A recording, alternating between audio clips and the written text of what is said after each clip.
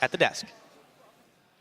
Thank you, Pyrotechnics. We have our very first tiebreaker, and MYM, I gotta say, fantastic pulling it together, maybe even leading up in the last couple of weeks, and now coming to fruition here, albeit just at the end. Well, full respect for MeetYourMakers. If you go a few weeks back, they looked like they were done. That's it. They were losing nearly every single game. They had so many problems coming into this split. Remember, Corey, he left the day before the LCS started.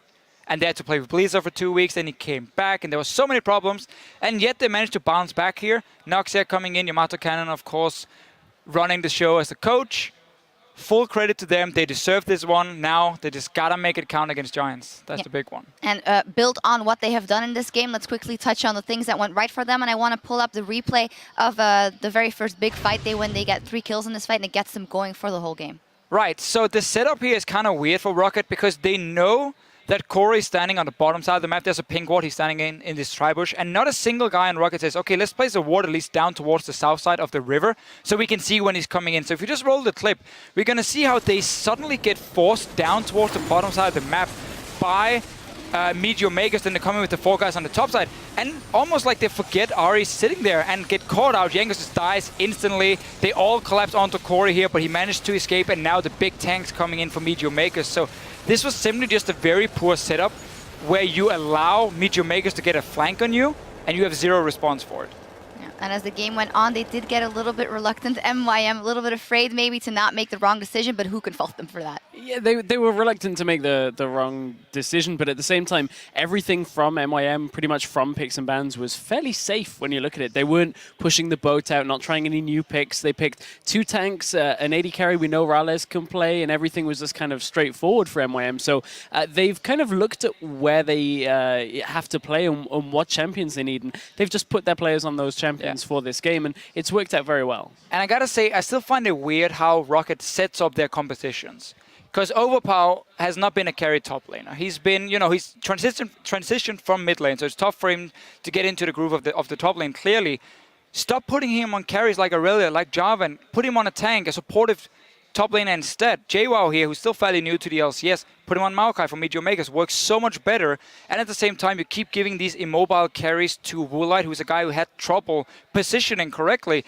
So it feels like in pick and bans and the way they set up their comp, it makes it a lot harder for ROCCAT to do well. And that's also why they lose to a team like MeetYourMakers now. Yeah, it makes me think of when we talked to Dentis from the Copenhagen Wolves at the beginning of the split, when he said, you got to look at your players and not just see what role they are playing, but what they can do in that role. If you're a top laner but not a carry, that's absolutely fine. You're going to make yourself useful in different aspects of the game. I feel like that's maybe the guidance that ROCCAT needs. It seems like it for sure, but now it's too late. Because they're down in promotion tournament, and it's not even like you look at ROCCAT's games and you say, oh, they're just unlucky. They were unlucky in a few games and lost it. No, it's been fairly one-sided games whenever they do lose. They have looked good in certain compositions. I mean, whenever they protect Woolite enough, they have pull out a few wins, and whenever Nuke Dog had a good start to the game as well. So there's still hope.